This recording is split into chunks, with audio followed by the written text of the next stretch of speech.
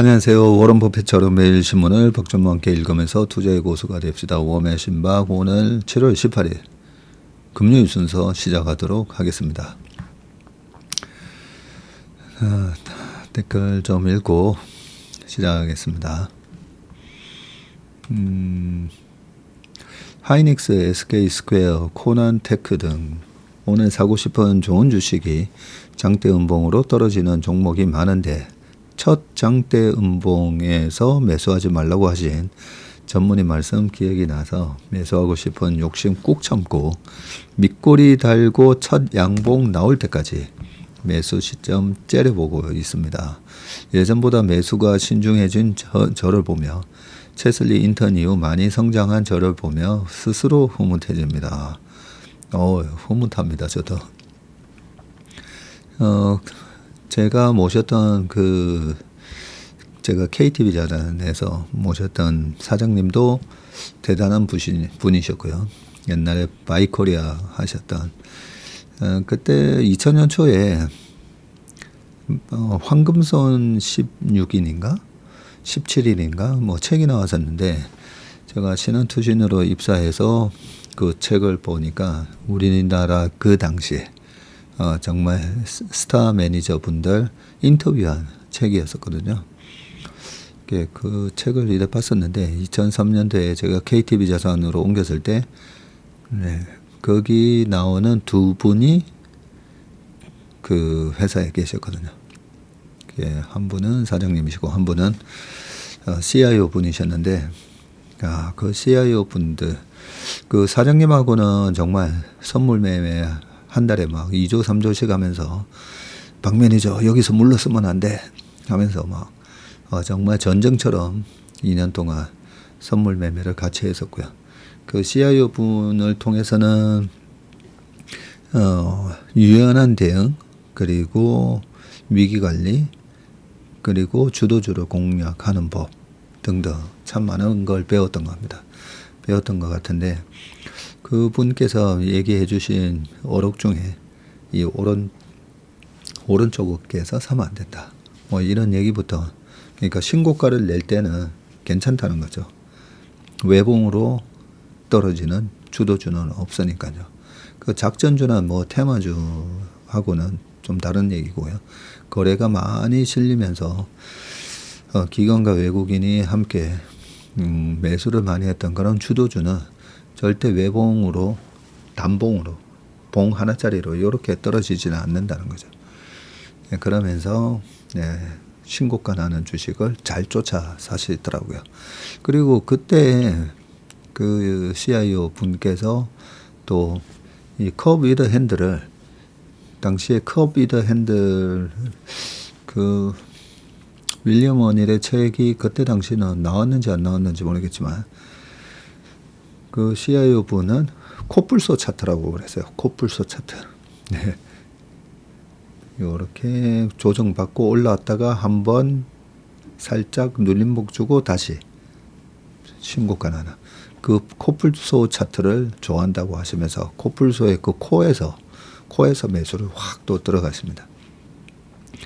그런 것도 있고 또 오늘 그분 얘기를 하다 보니까 우리 이승준 대표가 한 달이 건너서 자기도 들은 얘기가 있는데 저랑 같이 있었던 그 매니저 친한 후배 매니저인데 그 후배 매니저한테 그분이 그러셨다는 거예요.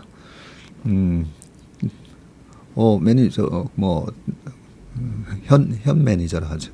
현 매니저 어제 우리가 갖고 있는 어떤 주식 뭐 하이닉스라며 하이닉스 그 매수 단가 얼마지 해서 막 찾아보려고 했더니 야 그거 찾지 마. 매수 단가는 어제 종가가 매수 단가인 거야. 딱 그러셨다는 거예요. 야, 제가 무슨 주말에 보면 주식 상담하는 그런 코너들 한 번씩 아침에 보면 막 하고 있는 것도 잠시 보고 하는데 거기 보면 이러죠. 뭐 전화로 상담하면서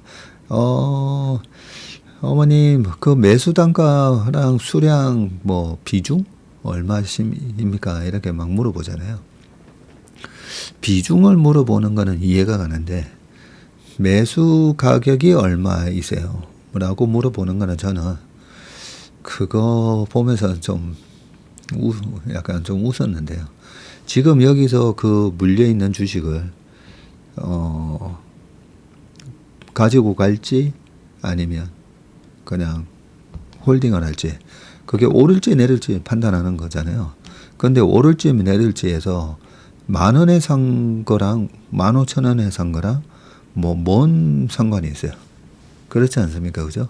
지금부터 이 주식이 오르느냐 내리느냐 네, 그게 중요한 건데 매수 단가가 10,000원이면 들고 가고 15,000원이면 안 빠지고 올라가고 뭐 떨어지고 뭐 그런 건 아니잖아요. 그죠? 그런 생각을 했었는데 그 예전에 CIO 분께서 찾지 마. 매수 단가는 어제 종가가 매수 단가인 거야. 그런 말씀을 하셨다길래 역시 그분답다 생각이 됩니다. 내가 얼마에 매수했는지, 내가 매수해서 지금 물려 있는지, 내가 매수해서 먹고 있는지, 그게 중요한 게 아니라 지금 딱 그 시세라든지 여러 가지 회사를 둘러싸고 있는 여러 가지 내용들을 가지고 판단해서 여기서 더 올라갈 것 같다고 싶으면 더 사거나 가지고 있으면 되고, 그죠? 떨어질 것 같다고 생각하면 팔아야죠. 그래서 첫 장대 연봉 이 말씀을 해주신 거랑 또 하나 오늘 제가 들은 얘기가 있어서 말씀을 드렸습니다. 이런 고수들의 그 말 한마디 한마디 있잖아요. 그러면서 이제 뭔가 이래 탁 뼈 때리는 깨달음을 주지 않습니까? 그죠? 그래서 저희 업계에 그렇게 고수분들의 어록 요런 거는 제가 자주 말씀드릴게요.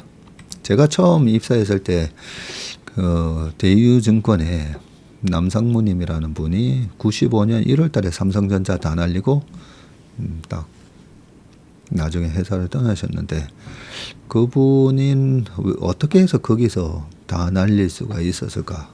그 바로 한 6개월 전에 9만 원 할 때, 8만 원 할 때 그 지르셨던 분이 항상 그런 게 궁금했는데 그 밑에서 또 2인자, 3인자, 4인자 역할을 했던 그 매니저 하셨던 분한테 그분이 어떤 얘기를 많이 하셨나 같이 한 3개월 제가 거기 파견 나가서 그 프랍 데스크에서 파견 나가서 들었던 얘기 중에 하나가 남의 잔치 가서 얻어먹을 생각하지 말라는 거죠.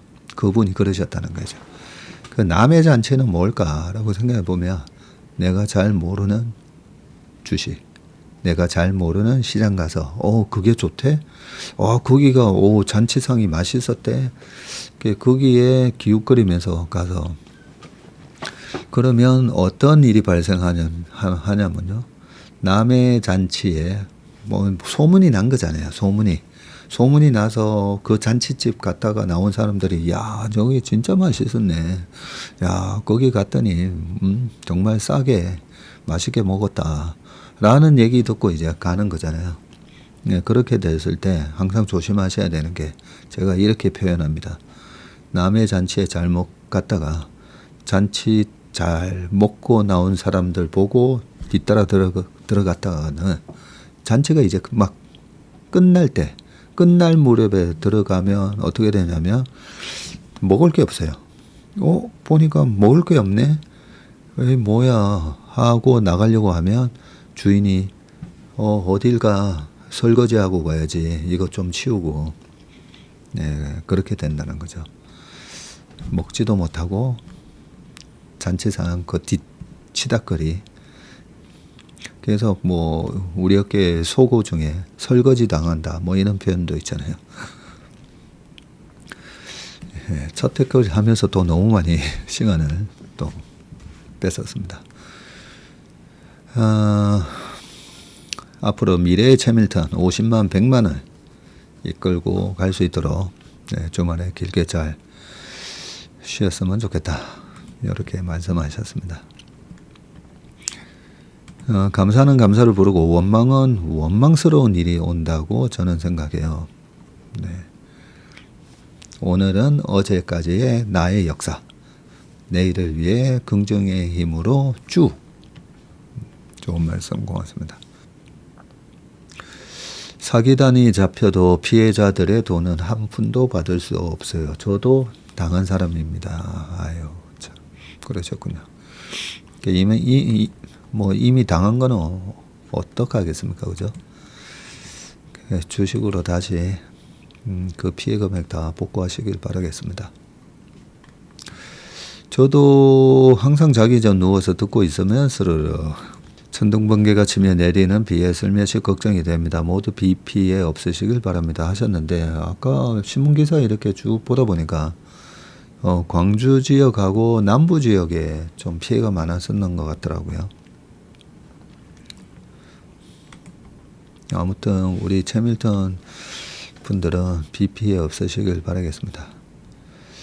우리 김만국님께서 아무리 열심히 해도 놀라운 일이 일어나지 않았던 것은 비나이스하지 못한 태도 때문이었구나. 오늘도 띵언으로 머리 맞고 성찰하러 갑니다. 네. 근데 우리 김만국님이 보면 아침 모닝브리프도 그렇고 우리 웜의 신박의 댓글에도 굉장히 나이스하게 댓글을 잘 많이 남기십니다. 그래서 나이스한 분이라고 저는 생각합니다. 와우, 드디어 긍정의 에너지 채슬리 기 받고 왔습니다. 어제 오셨다 그죠? 캐시 라떼님. 네. 모닝브리프에서 배웠던 채슬리 가족분들 다들 미남들이시더라고요. 분위기가 어찌나 뜨겁던지 열정이 느껴져서 좋았습니다. 네. 돌아오는 길 너무 행복하고 감사드리며 또한 든든했답니다. 어제 제가 이 신기한 차트 분석 찍는다고 이따가 나갔더니 거의 다 가셨더라고요.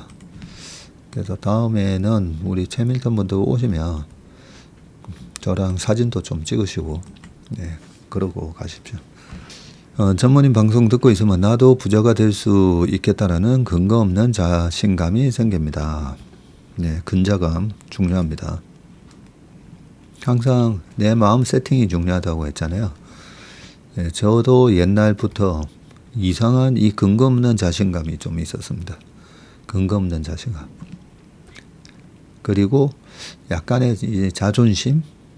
네, 그래도 상위 한 20%, 제가 뭐 상위 1%를 목표로 막 하면서 산 적은 없는데, 그래도 상위 20% 안에는 있어야지. 예, 그런 이상한 또 자존심이 있어가지고요. 그러다 보니까 그 20% 안에 들기 위해서 어쩔 수 없이 또 열심히 해야 되잖아요. 유성호 교수님의 유튜브 채널을 자주 보는데, 웰 에이징의 요건 중에 하나가 계속 일하기라고 하네요. 여기 6학년, 7학년 채밀턴 가족분들 다들 주식 공부하면서 멋진 인생을 살아가시는 선배님들이십니다. 그렇지만 뼈를 갈아 넣을 정도로는 하지 마세요.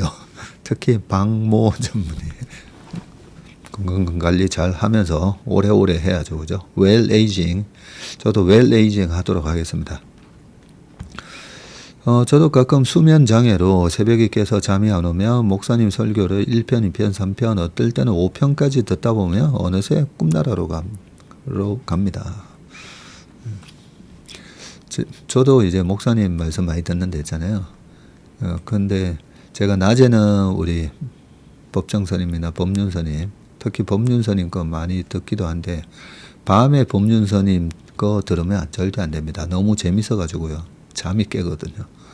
그래서 밤에는 아니 근데 목사님 설교 중에서도 보면 듣다 보면 그렇구나 이렇게 또 깨달음을 주시는 분이 있어요. 그래서 막 진짜 한 3시간짜리 있잖아요. 보면 박영선 목사님이셨던가 듣는데 딱 그런 느낌이었어요. 듣다가 그렇구나 이런 깨달음을 주신 그 한 3시간짜리 다 밤에 계속 들었던 것 같습니다. 저는 퇴근 운전하면서 듣는데 졸리지는 않습니다. 속도를 1.6에서 1.7로 와 떨어져일까요? 그리고 대신 다음날 AI 요약으로 한 번 더 훑어보고 놓친 내용은 다시 확인합니다. 야, 아무튼 덕분에 차가 막혀도 퇴근길이 지루하지 않습니다. 최고의 친구와 동행하는 시간이니까요. 아유 감사합니다. 근데 한 번 듣고 AI 요약본까지 보신다고 하니까 복습까지 하시는 거다, 그죠? 대단하십니다. 건강이 최고의 재산입니다. 맞습니다. 지난주 금요일 DB증권에서 랩 가입했는데 제 앞에 두 분도 최설리 랩 가입하고 계셨다고 하네요. 인턴 1년도 되셨고 70이 넘은 저도 최설리와 함께하니 주식 실력이 많이 늘었습니다. 아, 우리 써니킴 님이시죠? 주식도 손절이 중요하듯이 금융투자 사기도 내가 조금이라도 엮였다면 속았다는 걸 인정하고 최소한의 손해에서 털어내는 게 중요하다고 생각합니다. 그러니까요. 이놈들이 보니까 딱 속았다 싶어서 자금을 빼려면 그 자금 빼려면 뭐 3천만 원 더 넣어야 된다 이런 식으로 해서 안 그래도 한 몇 억 손해 났는데 거기다가 그 자금 찾게 하려면 3천 더 넣어라 5천 더 넣어라 하면서 그 나머지 자금도 정말 탈탈 털어가는 식으로 사기치는 것 같더라고요. 그러니까 절대 조심하시기 바라겠습니다. 미국 사람들이 많이 친절한 것 같아요. 그리고 건강이 제일 중요합니다. 우리 캘리포니아 드림님께서 해주셨습니다. 전무님, 드디어 제 삼성전자 주식이 손익분기점에 도달했습니다. 아주 기분이 좋습니다. 하셨습니다.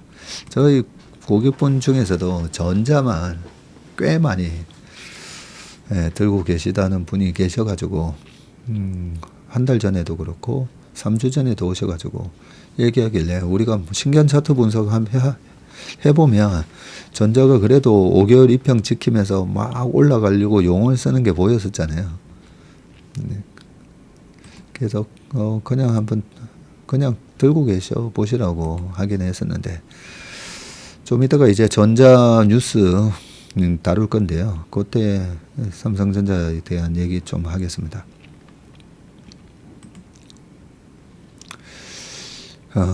큰 비에 젖으면 잘 안 마르더라고요. 이왕이면 소나기로. 네. 아이 재울 때 어서 듣고 있는데 아이가 앉아서 투자일기로 바꿔줬더니 아이가 그렇지 이거지 하면서 반가워하다가 금방 잠들었다고 합니다. 제 거 박세익의 투자일기 들으면서 애가 그렇지 이거지 하면서 반가워하면서 금방 잠들었다고요. 저도 덩달아 잠들어 새벽에 마무리하는 인턴이 되었습니다. 하셨습니다. 자, 미국 주식에 포지션을 많이 두고 있었는데 달러 약세 전망과 6월 이후 새 정부의 주식 친화적 정책 기대감으로 국장으로 포지션을 대고 이동하였습니다. 와, 최근에 원달러 환율이 시장의 예측과 반대로 가고 있어 대략 난감합니다. 국장은 박스권에 진입한 듯하여 다시 미국 포지션을 늘려야 할지 고민 중인 밤. 저 소시적에 이종환의 밤의 디스크쇼였는데 이제는 더 강력한 박세익의 밤의 주식 자장가쇼. 네, 자장가쇼. 아무튼 네, 밤에 12시부터 새벽 한 1시 반 동안에 조회수가 빠르게 올라가는 걸 보고 제가 정말 놀랐습니다. 아이도 워킹맘인데 한 달 된 새싹이며 계좌는 아직 파란색입니다. 그렇지만 짙은 파란색에서 점점 더 옅은 파란색으로 되어갑니다. 제 계좌도 언젠가는 붉은빛을 띠겠죠. 하셨네요. 아이들의 워킹맘이시면서 우리 엄마가 이렇게 어릴 때부터 네, 주식 관리도 해주시고 나중에 그 파릇파릇한 새싹 계좌가 나중에 지나고 났을 때 정말 울창한 울창하게 붉은 그 가을의 단풍잎 나무처럼 그죠. 예, 그렇게 되실 겁니다. 사람들 많이 몰릴 때 주식 투자하지 말라고 했는데 저 포함 그분들은 일반인은 아니고 스마트한 분들, 스마트 머니이길 바라봅니다. 떨리고 설레이네요. 빨리 뵙고 싶어요 하셨습니다. 방문 후에도 인턴 영상 열심히 보면서 개마무사로 달러 채굴에 일조하겠습니다. 아, 그러니까요. 10만 금융 고수가 되셔가지고 그 중에 미국 주식이든 중국 주식이든 그죠? 우리가 금융무사로서 금융으로 또 달러를 벌어와야 됩니다. 5년 전 우연히 유튜브에서 대표님이 하시는 말씀 듣고 그 당시 미국 주식 아무것도 모르는 상태였는데 엔비디아 사두면 좋다는 말에 이상하게 그 말에 신뢰와 피일이 꽂혀서 그때부터 지금까지 장투 중입니다. 제 인생의 두 번째 연인이세요 하셨습니다. 야, 대단하십니다. 그렇게 장투하신 게 대단하신 겁니다. 제가 가끔씩 예전에 뭐 테슬라가 1조 달러 가는 기업인 것 같다. 뭐 우버도 그렇고 엔비디아 그리고 작년에는 팔란티어 뭐 이런 식으로 뭐 툭툭 던질 때가 있는데 그거를 갖다가 이렇게 오랫동안 장투하셔가지고 큰 수익 내신 게 정말 대단한 겁니다. 완전 초보도 채슬리 멤버십에 가입하면 되나요? 아, 완전 초보는요. 오늘 오후나 오늘 밤에 저기 초보 영상, 초보 강의 올라갑니다.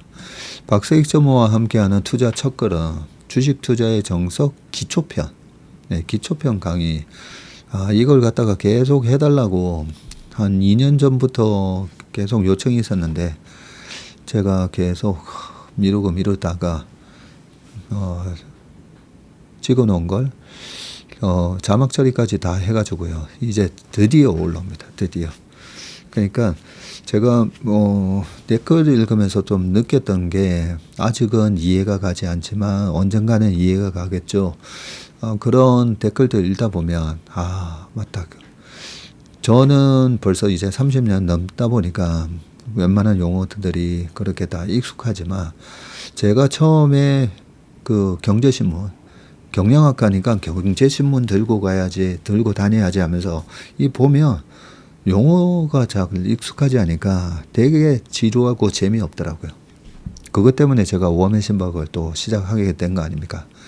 제가 옛날에 그랬으니까 신문을 읽는 게 정말 주식 투자하면서 정말 중요한 건데 경영학과 학도가 봐도 잘 이해가 안 되는데 전공이 다르고 이쪽에 경험이 없으신 분들이 이 신문을 보면 워런 버핏처럼 신문을 보자고 했을 때 과연 볼 수 있을까? 그런 마음 때문에 신문 읽기를 시작했는데 그러면서도 이 단편으로 뭐 얼마 전에 제가 PER, PBR 이런 거 쉽게 계산하는 법 말씀드렸잖아요. 그걸 보고 이렇게 하는 방법이 있었군요라는 댓글 보면서 기초를 좀 탄탄하게 성문 기초 영어 같은 거 만들어야 되겠다 해서 그래서 이번에 그 기초 강의를 해놨으니까요. 우리 인턴 한 1년 이상 하신 분들이나 보실 필요는 없습니다.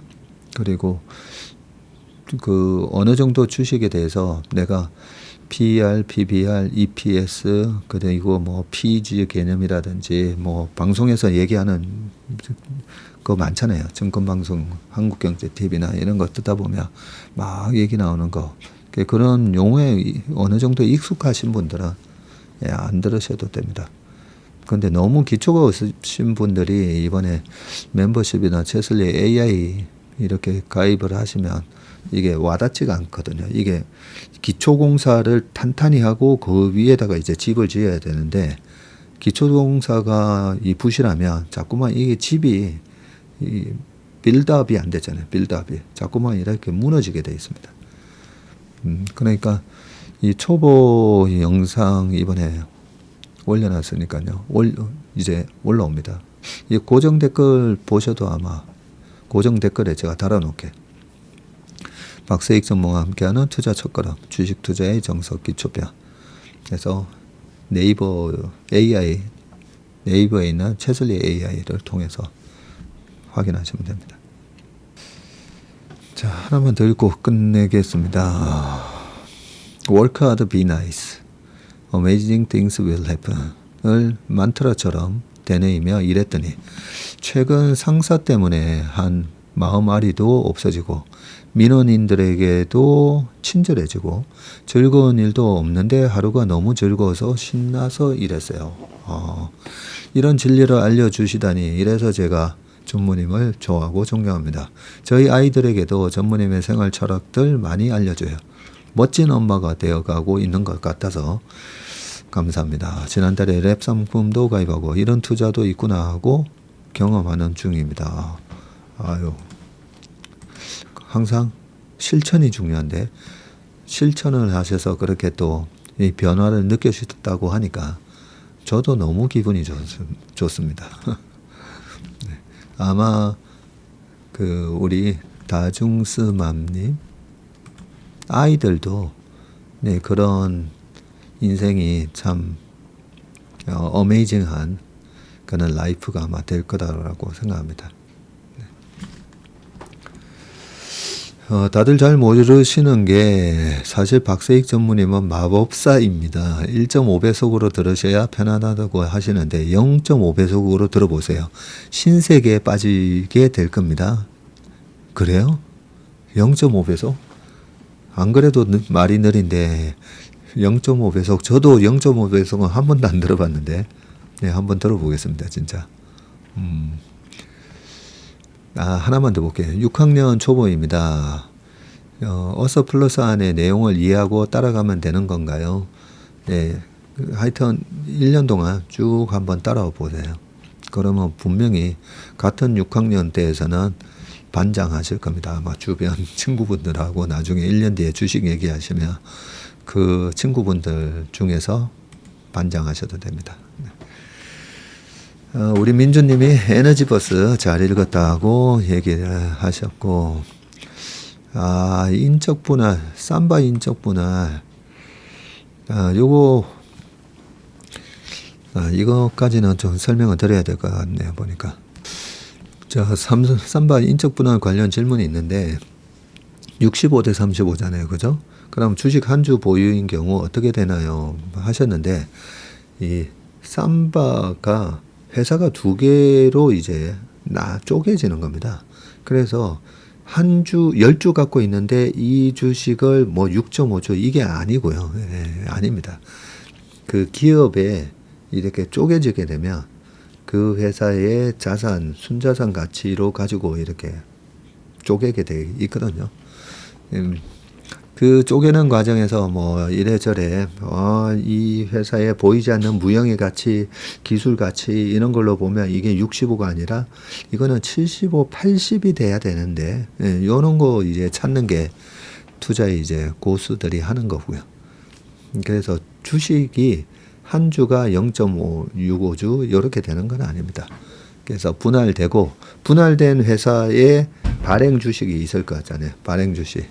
그 발행 주식이 총 몇 주가 있느냐에 따라서 그 비율대로 지금 간단하게 말씀드리면 100조짜리 회사라고 치자고요. 실제는 지금 75조인데 100조짜리 회사를 이쪽 하나가 65조 시총으로 그리고 이쪽 회사는 35조 시총으로 계산하면 65조 나누기 발행 주식 수, 그죠?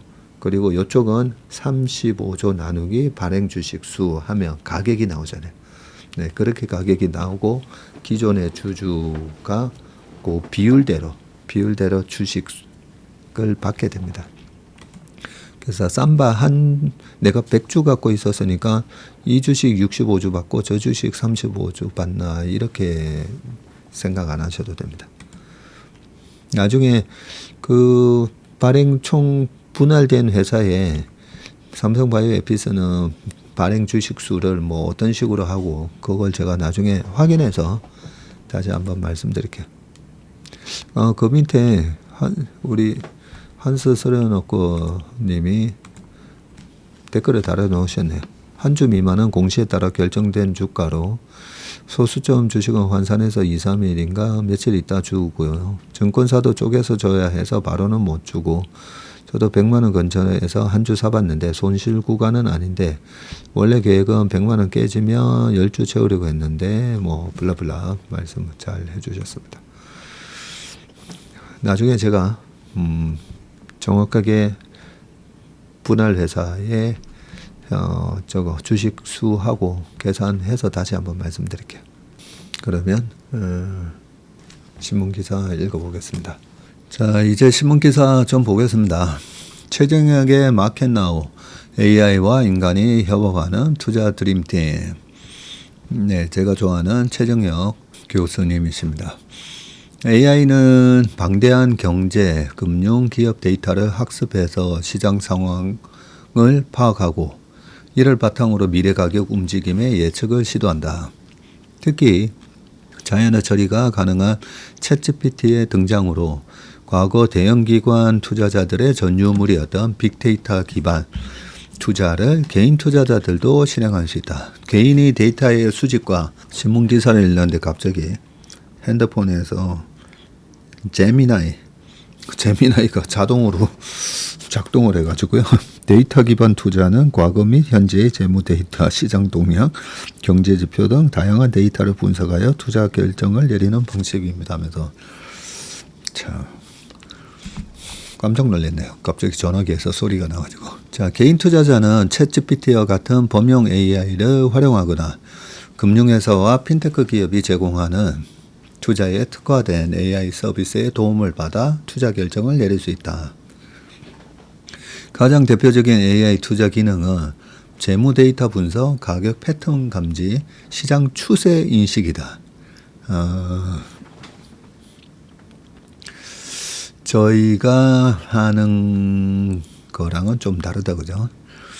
AI는 회계보고서와 같은 공시자료와 함께 관련 뉴스와 실적 발표, 컨퍼런스 콜, 녹취록에 담긴 단어 하나까지 빠르게 분석해서 기업의 미래 실적을 예측한다. 또한 과거 금융시장 데이터를 바탕으로 가격 패턴을 도출하고 추세를 파악해 목표 주가를 제시하는 역할도 수행한다. 이처럼 AI는 투자의 전 과정에서 맞춤형 서비스를 제공하는 디지털 투자 자문가처럼 기능할 수 있다.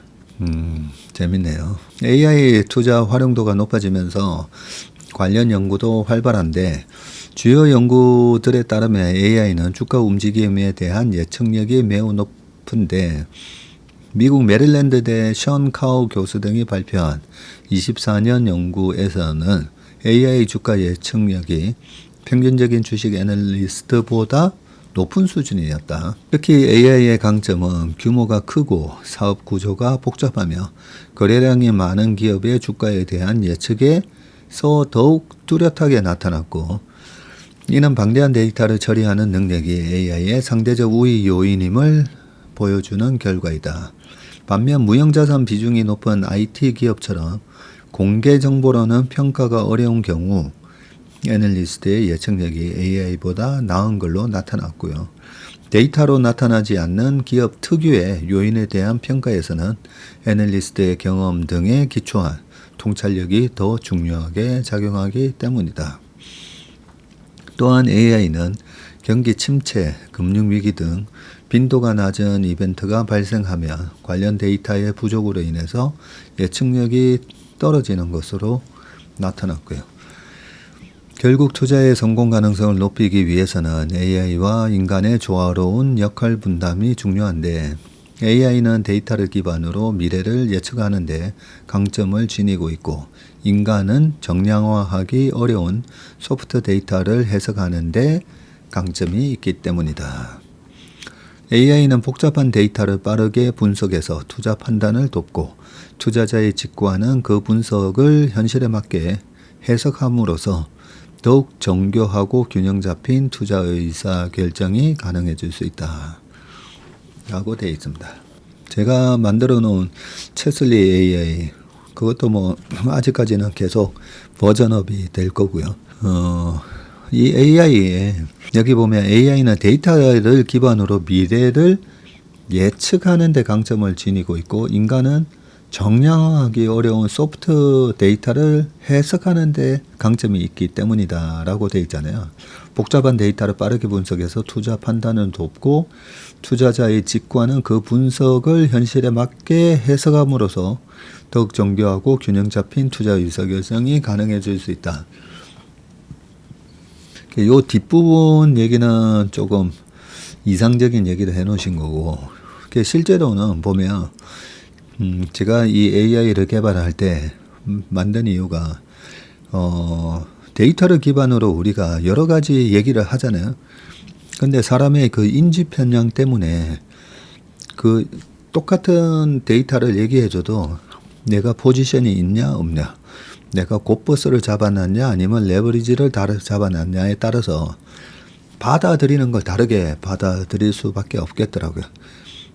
그래서 인간이 이 주관적인 그런 한계를 벗어나지 못하는 게 그게 약점이 있다. 제가 그런 판단이 들어서 AI에서 신호가 딱 나오면 그냥 기계적으로 하면 되는데 그 기계적으로 하는 것도 실제로 내가 그 매수 버튼을 누르는 게 힘들기 때문에 그래서 로보 어드바이저에서 자동 매매가 되게끔 그런 것까지 구현이 되는 버전까지 만들려고 합니다.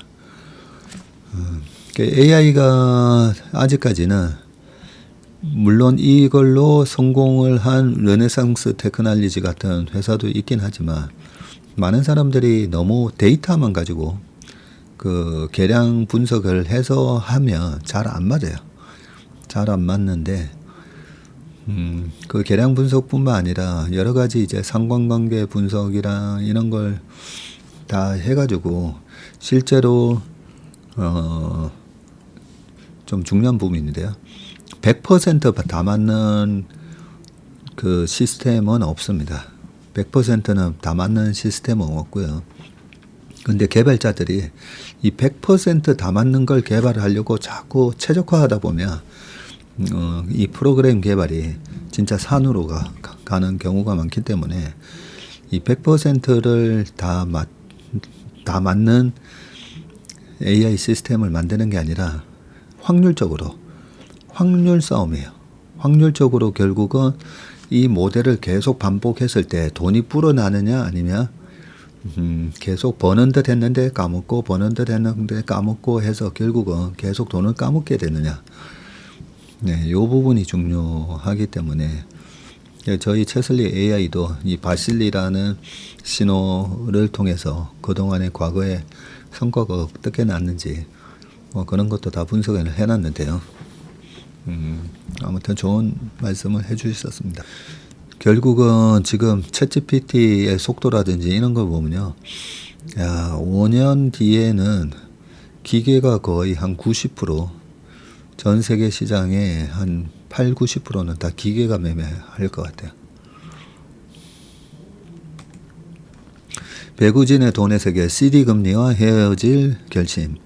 6개 은행의 CD금리 담합을 확인하기 위한 증거가 부족해서 심의 절차를 종결할 수밖에 없는데 9년 전이 2016년 7월 공정거래위원회 전원 회의가 내린 결정이다. 사실상 무혐의 판정이었다. 공정위 사무처가 이 양도성 예금정서라고 하잖아요. CD 금리 담합에 심증을 품게 된 계기는 2012년 적발된 글로벌 대형 은행들의 이 리보, 런던 은행 간 금리, 이게 런던 인터뱅크 인터뱅크 간의 인트레스트 레이트인데 공정위는 그해 6월 국내 CD 금리에 대해서 조사를 시작했고 공정위는 은행들이 CD 금리를 높게 유지했다고 예단을 했고요. CD 금리가 높을수록 은행은 대출 이자를 더 받게 됩니다. 단연간 다른 금리가 하락한 추세에 비추어서 CD 금리가 높게 형성된 것은 사실인데 다만 그 현상은 CD 발행과 유통이 미미한 탓이었고 CD 시장이 작동하지 않는 가운데 그 금리가 대체로 이전 수준에 머문 것이다.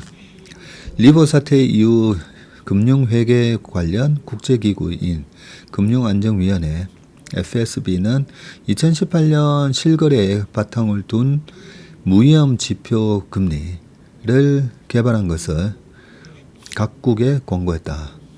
이거는 또 RFR, 무위험이니까 리스크 프리 레이트 뭐 이런 거겠다, 그죠? 실거래 바탕은 조작 가능성을 배제하기 위한 조건인데 이에 따라서 미국과 영국, 스위스, 일본 등이 각각 RFR을 만들어서 활용하고 있고 주요국의 RFR이 자리 잡으면서 리보는 2년 전 산출이 중단됐고 국제금융시장에서 사라졌다. 그래서 요즘 리보 금리 이렇게 얘기하는 게 없어졌군요. 한국은 RFR로 한국 무위험 금리 지표 코파를 개발해서 21년부터 산출하고 있고요. 산출과 공시는 한국예탈결제원이 담당합니다. 그러나 아직까지도 국내 금융시장에서는 이 CD금리가 널리 활용되고 있는데 CD는 거래량이 적어서 수익률이 금융시장의 변화 흐름을 반영하지 못한다는 한계도 여전합니다. 관련 당국은 일단 이달부터 코파가 변동금리 채권 발행 등에 활용되게끔 유도하고 있고 코파가 조기에 금융시장 전반에서 널리 쓰이기를 기대한다. 그러면 국내 금융시장이 더 투명하고 합리적으로 작동할 수 있다. 네. 예전에 한 10년, 15년, 20년 전에 돈을 빌려보신 분들은 다 아실 겁니다. 그죠? 대출금리가 CD금리 플러스 1.5%, CD금리 플러스 1.75% 뭐 이런 식으로 우리가 대출을 받을 때 CD금리가 기준금리가 되다 보니까 은행들이 이렇게 CD금리를 담합해서 CD금리만 조금만 올려놓으면 거기 플러스 1.5 이런 식이니까 대출 이자를 많이 받을 수 있게 되는 거니까요. 뭐 하면 코 베어 간다고 그죠? 그동안에 많이 이렇게 알게 모르게 많이 뜯겼습니다. 우리가. 자, 한국판 아마존, 쿠팡, 한국판 AWS도 만든다. 와, 쿠팡이 클라우드도 해요? 쿠팡이 AI 클라우드 시장에 본격적으로 뛰어드는데 이커머스 기업에서 글로벌 최대 IT 기업으로 성장한 아마존의 길을 그대로 답습했다. 물류 유통 현장에서 쌓은 데이터 처리 능력을 바탕으로 IT 플랫폼 기업으로 도약한다는 목표로 풀이되는데 하지만 기존 클라우드 서비스 사업자들이 시장을 선점하고 있는 상황이어서 쿠팡의 도전이 쉽지만은 않을 것이라는 전망이다. 최근 쿠팡은 미국 인도 등지에서 AI 클라우드 빅데이터 분야 전문가 채용을 확대했고요. 국내에서도 AI 클라우드 관련 엔지니어를 모집 중인데 아마존 웹 서비스 기반 클라우드 컴퓨팅 경험 보유자를 우대한다고 명시했네요. 지난 2일에는 AI 기반 클라우드 서비스를 쿠팡 인텔리전트 클라우드로 리브랜딩하고 새로운 로고를 공개했다고 합니다. 그동안 내부 서비스와 외부 연구기관, 스타트업 등에 제공해온 AI 인프라를 확장해서 독립사업으로 클라우드 서비스를 키우기 위한 목적이었고요. 유통물류부터 콘텐츠, 클라우드까지 아우르는 사업 확장 방식은 아마존과 꼭 닮았고 그간 아마존의 이 풀필먼트, 통합물류 서비스 등을 차용하며 성장했던 쿠팡은 AWS처럼 클라우드 사업을 새로운 수익원으로 삼을 전망인데 AWS는 아마존의 전체 영업이익 중 절반 이상을 차지하는 핵심 사업입니다. 쿠팡이 내세우는 강점은 대규모 데이터 센터가 수도권에 위치해 있다는 점이고 쿠팡 측은 대용량 전력 확보와 물리 보안 체계 등을 완비해서 안정적인 운영이 가능하다면서 최종 수요자와의 물리적 거리가 짧아 서비스 지연을 최소화할 수 있다고 설명했고요. 쿠팡은 당분간 국내 연구기관 스타트업을 대상으로 한 클라우드 사업을 강화할 계획인데 이를 지난달 정부가 공유한 GPU 확보, 구축, 운영 지원 사업에 지원을 했네요. 네이버, 카카오, NHN 등 국내 주요 클라우드 업체들이 신청한 1조 5천억 규모의 사업이고요. 선정이 되면 1만 개 규모의 GPU를 확보해서 AI 연구 개발 등에 사용할 수 있다고 합니다. 쿠팡이 유통과 물류에서 단기간에 성과를 냈지만 클라우드에서는 쉽지 않을 것이라는 전망도 나오는데 기존 사업자들이 이미 시장을 선점한 상태이기 때문이고요. 지난해 4분기 기준 글로벌 클라우드 인프라 시장 점유율은 아마존이 34, 마이크로소프트가 24, 그리고 구글이 11 이렇습니다. 이거 다 합치면 67%네요. 그죠? 68%, 한 70% 된다, 그죠?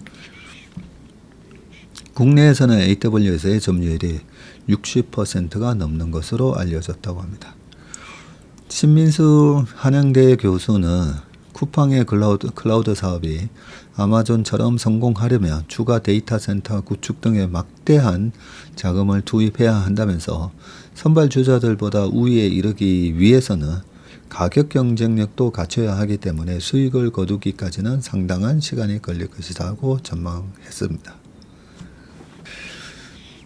자, 재미난 기사입니다. 구조대가 온다. 삼성전자산 개미 수익률 드디어 플러스 전환입니다. 전자 주가가 반등하면서 개인 투자자 상당수의 수익률이 플러스가 됐다. 다만 과거 8만 전자, 9만 전자 시절 전자를 산 개인도 적지 않아서 주가 상승 흐름이 계속 이어질지에 대한 관심이 쏠리고 있다. 자, 이 빌딩으로 해놓고 사람들이 다 5층, 6층, 7층에 이렇게 다 있다는 그림이네요. 전자 주식은 어제 66,000원에서 7,000원 수준에서 거래가 되고 있고요. 네이버페이 내자산 서비스와 연동한 삼성전자 투자자 26만 6,186명의 평균 매수 단가는 6만 7천원입니다. 올해 코스피 지수가 상승 랠리를 보이는 와중에도 전자 주가는 부진했는데 이제야 삼성전자에 투자한 개인도 수익권에 진입했다는 의미이고 전자는 대장주 지위가 무색하게 그동안 코스피 지수 대비 지지부진한 주가 흐름을 보였는데 하지만 외국인이 사자에 나서면서 전자 주가도 본격적인 반등 흐름을 타고 있고요. 전자 주가가 의미 있는 상승세를 보인 것은 지난해 7월 장중 88,800원까지 오른 뒤에 하락 곡선을 그린 이후 처음이다. 외국인은 이달 전자 주식 1조 5천억 가까이를 순매수했고요. 이날도 매수 우위를 보이고 있는데 외국인의 전자 지분율은 지난 4월 이후 3개월 만에 다시 50% 선을 넘었습니다. 전자가 상대적으로 저평가 상태라는 의견이 이어진 영향으로 보이는데 특히 미국 엔비디아가 중국에 AI 반도체 칩 H20을 다시 수출할 수 있게 되면서 전자의 고대역 메모리 HBM 사업도 탄력을 받을 수 있을 것이라는 기대감이 커졌고 H20에는 전자의 4세대 HBM3가 들어갑니다. 이 밖에 전자가 6세대 HBM 샘플을 올해 하반기부터 공급할 예정인 점, 그리고 파운드리 사업이 작게나마 적자 폭을 줄이고 있는 점, 이재용 회장이 사법 리스크를 덜어낸 점 등도 호재로 꼽히는데 관건은 여기서 주가가 얼마나 더 오를 수 있는지다. 아까 처음 말씀드린 것처럼 매수가가 중요한 게 아니라 물론 투자하고 있는 사람 입장에서는 매수가가 중요한데 지금 여기서 더 오를 수 있는지 그게 중요하죠. 일부 주주들은 8층에도 구조대가 올까 9층에도 사람이 있다 등의 글을 올리고 있다고 합니다. NH투자증권 기준 전자 투자자 가운데 20%는 평균 매수가가 75,000원이고요. 8만 원 이상인 투자자도 있고요. 현재 전자에 대한 투자 의견을 밝힌 35개 기관의 평균 목표 주가는 73,678원이네요. 이른바 구조대가 도착하기에는 부족한 수준이다. 다만 전자를 가장 낙관적으로 평가한 시티증권은 목표 주가를 9만 원까지 높여 잡았고요. 시티증권은 목표가 달성을 위해서 전자가 고사양 그래픽 D램인 이 GDDR7 시장에서 강력한 입지를 구축하고 HBM 제품의 품질, 인증, 통과 등을 전제로 달았다. 네, 전자가 D램에서 그래도 1등의 지위를 유지했더라면 지금은 한 하이닉스 주가하고 비교해보면 12만원에서 잘하면 15만원까지도 갈 수 있었을 텐데 안타깝게도 D램도 2등이 돼버리고 그리고 파운드리 2등이고 시스템 반도체 좀 고만고만하고 그러다 보니까 주가가 참 9만원도 아니고 8만원도 아니고 7만원도 아니고 지금 67,000원에서 이렇게 거래되고 있는데, 자, 전자가 저희 문의사가 그저께 해준 얘기가 많은 그런 부정적인 얘기들이 방금 제가 말씀드렸던 2등으로서의 그런 걸로 인해서 주가가 이제 레벨 다운돼 있잖아요. 그런데 앞으로 주가가 어떻게 될까 하는가는 이 기업 펀더멘탈의 미분값이라고 했잖아요. 미분값. 미분이 한 점에 있어서 기울기를 구할 때 우리가 미분하잖아요. 그래서 이 기울기가 뭐죠? 이 한 점에서의 속도잖아요. 속도. 변화하는 속도. 그래서 1 들어갔을 때 2만큼 늘어나느냐? 1 들어갔을 때 4만큼 늘어나느냐? 이게 기울기잖아요. 그죠? 그래서 그 삼성전자 같은 뭐 대부분의 주가가 마찬가지지만 계속 악화되고 있는 기울기며 이익이 50조 나다가 40조 나다가 30조 나다가 아니 그래도 아직 이익 나고 있잖아가 아니라 이익의 기울기가 꺾였잖아요.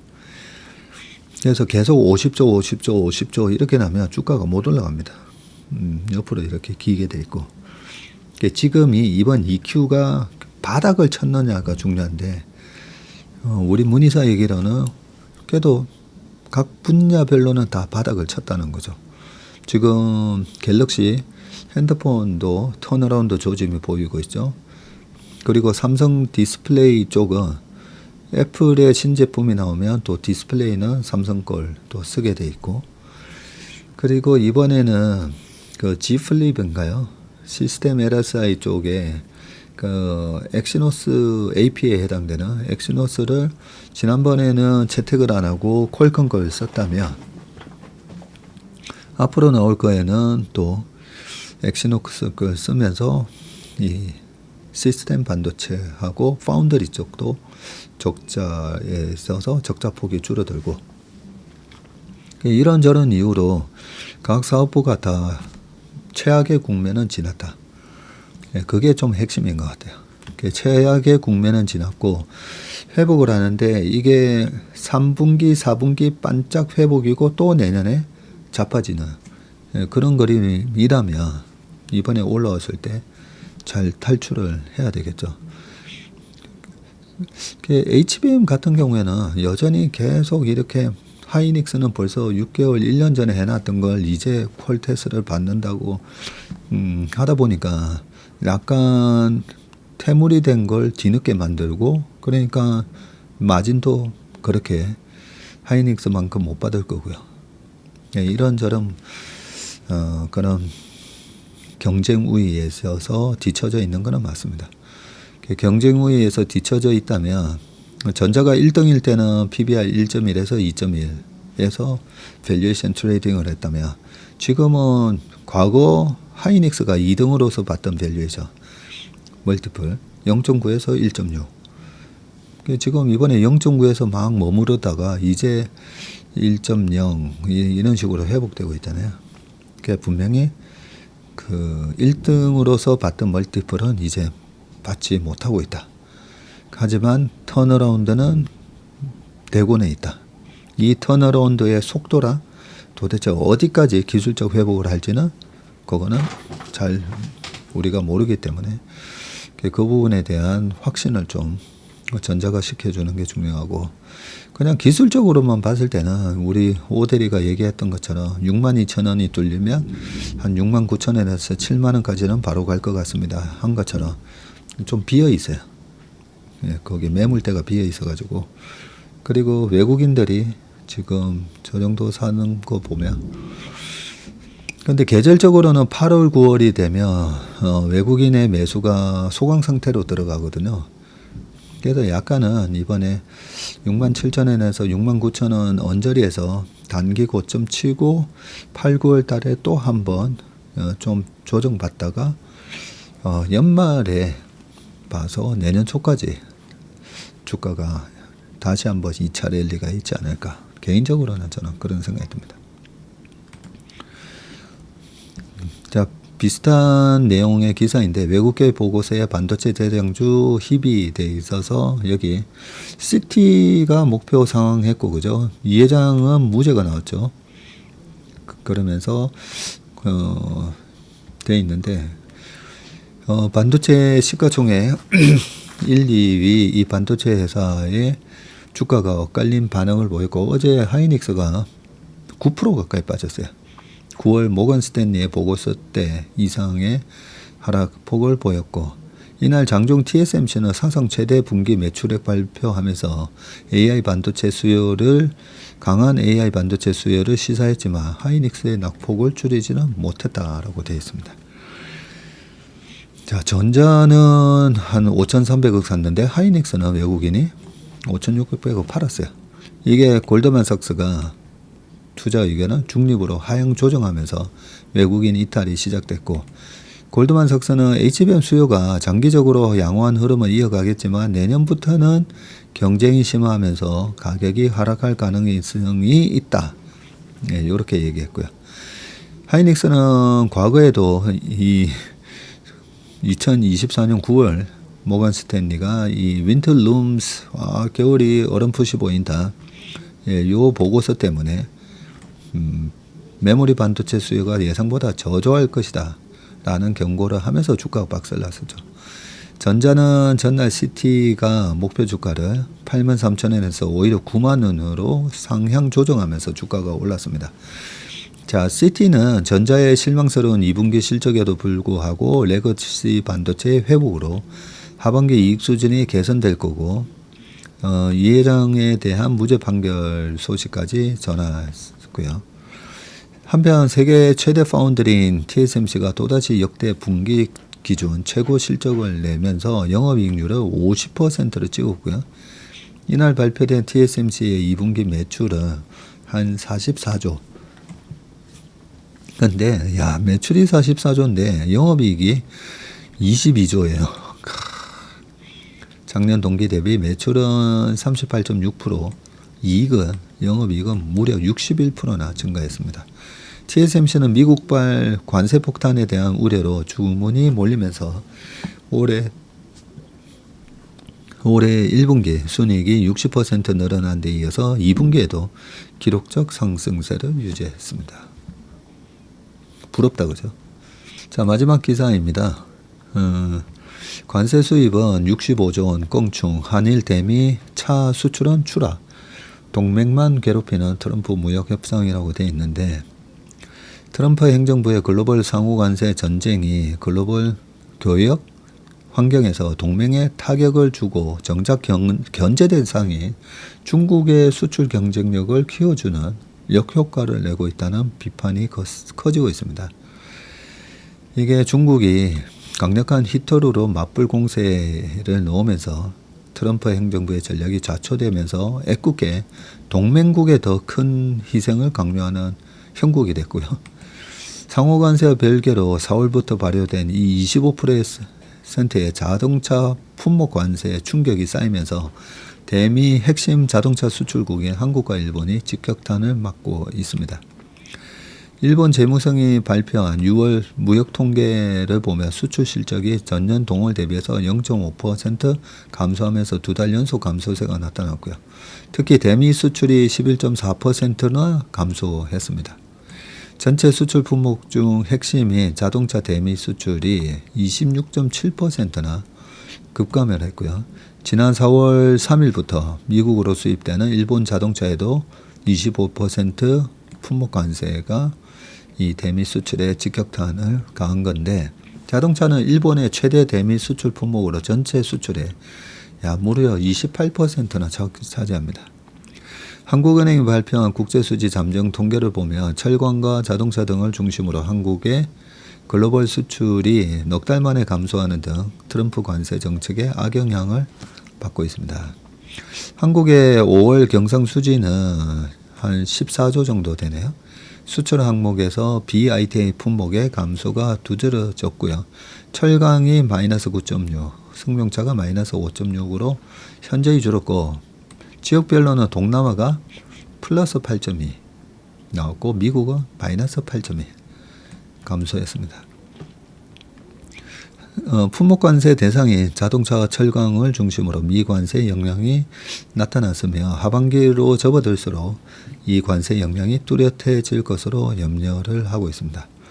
한일 경제가 트럼프 관세로 주력 수출 산업에서 고통을 받고 있지만 역으로 중국의 글로벌 수출은 견조한 상승세를 보이면서 트럼프 관세의 역설을 확인시켰습니다. GDP 성장률이 5.2%로 깜짝 성장을 했고요. 그죠? 네, 그 밑에 내용은 뭐 우리가 다 아는 내용입니다.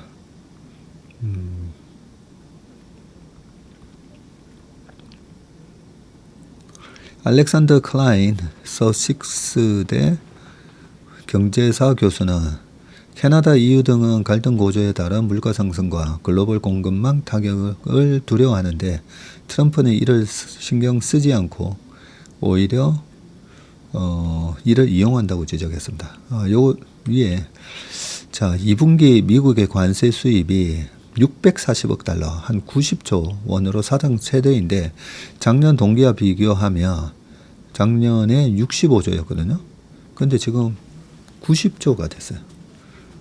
자, 여기서 이 부분이 좀 제가 왜 이 기사를 가져왔냐면, 미국 정부가 관세 수입을 90조를 냈다는 말은 소비자가 부담을 했던 아니면 생산자가 부담을 했던 이만큼의 이익이 없어진 거예요. 그죠?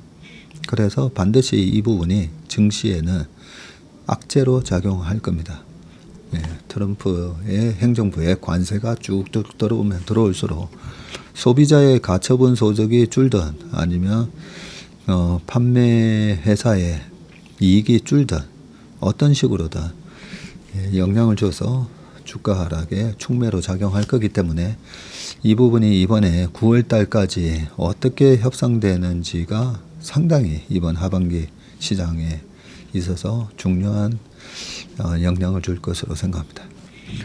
네, 한 주간 수고 많으셨습니다. 비가 아직까지도 게릴라성으로 좀 오니까요. 비 피해 조심하시고 건강한 모습으로 다시 월요일날 뵐 수 있었으면 좋겠습니다. 이번 주말 행복한 주말 보내시길 바라겠습니다. 고맙습니다.